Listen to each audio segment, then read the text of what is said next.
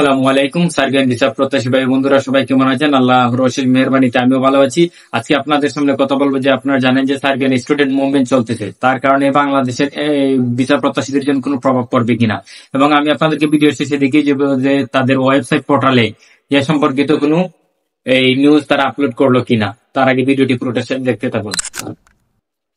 আমরা যদি খেয়াল করি, লক্ষ্য করে দেখতে পারি যে নভেম্বরে এই সার্বিয়াতে আপনার ট্রেন ধসে পড়ে 15 জনের মৃত্যু হয়। তারই প্রতিবাদে ডিসেম্বরে আপনার হচ্ছে গিয়ে স্টুডেন্টরা তার বিরুদ্ধে এই আন্দোলনে নামে, এবং ডিসেম্বর থেকে শুরু করে এই মার্চ পর্যন্ত আন্দোলন আরো ব্যাঘাত ঘটে এবং আন্দোলন আরো চড়াও হতে থাকে এই পর্যন্ত নিয়ে। তাহলে আমরা যদি লক্ষ্য করি যে বাংলাদেশের এমবাসি হচ্ছে গিয়ে ইন্ডিয়াতে কোনো সমস্যা কিনা, তাহলে খেয়াল করে দেখা যায় যে ইন্ডিয়াতে কোনো সমস্যা নেই। আর বাংলাদেশের এই অনলাইন অ্যাপ্রুভ গুলো আপনার হচ্ছে গিয়ে কোম্পানি, তাহলে কোম্পানি যদি অনলাইন অ্যাপ্রুভ করে বাংলাদেশের সার্বিয়ান কোম্পানি গুলা সবই ফ্রি আছে, অর্থাৎ কোনো সমস্যা নেই।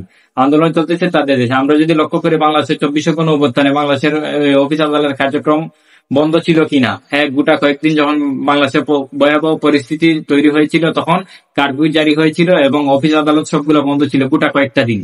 তার আগে সবগুলো কার্যক্রমে চলেছিল এবং সবগুলো স্বাভাবিক ছিল না, এবং এটা উন্নত রাষ্ট্র সার্বিয়া, এগুলো বাংলাদেশের মতো না।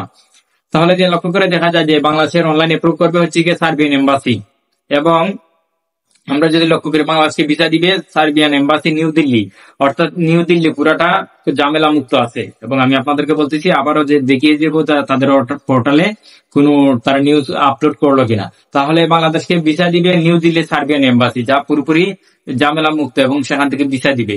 আর আন্দোলনের সাথে ফরেন মিনিস্ট্রির কোনো সম্পর্ক নেই এবং ফরেন মিনিস্ট্রিতে কোনো প্রভাব পড়বে না, আশা করি এই পর্যন্ত কোনো পড়েনি।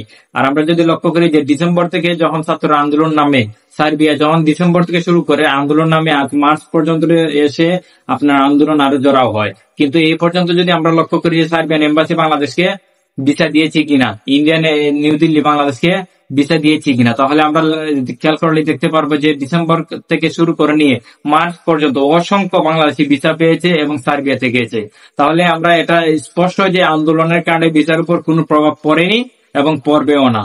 আর বাংলাদেশের অনলাইন অ্যাপ্রুভ হচ্ছে গিয়ে আপনার সার্বিয়ান কোম্পানি, পরে ভিসা দেয় নিউ দিল্লি সার্বিয়ান এম্বাসি।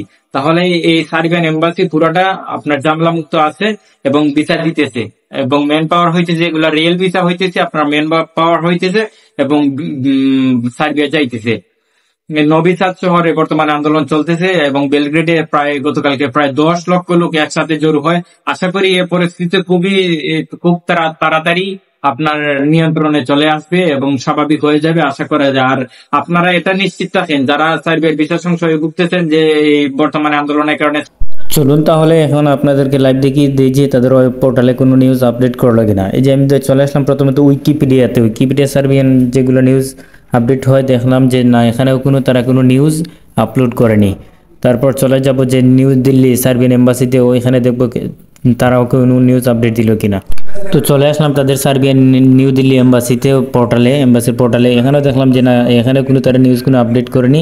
তারা কোনো এই সম্পর্কিত আন্দোলনের কারণে যে ভিসা বন্ধ বা ভিসার প্রভাব পড়বে কিনা এ সম্পর্কিত কোনো তথ্য তারা দেয়নি। তাদের যে ওয়েব পোর্টালে এখানে লেখাই আছে যে এতটা থেকে এতটা পর্যন্ত তাদের খোলা, শুধু সরকারি বন্ধ ব্যতীত সবসময় খোলা রয়েছে। ওকে, ধন্যবাদ সবাইকে। অবশ্যই চ্যানেলটি সাবস্ক্রাইব এবং কমেন্ট করে দিবেন, আর আশা করি নতুন নতুন ভিডিও পাবেন। ধন্যবাদ সবাইকে।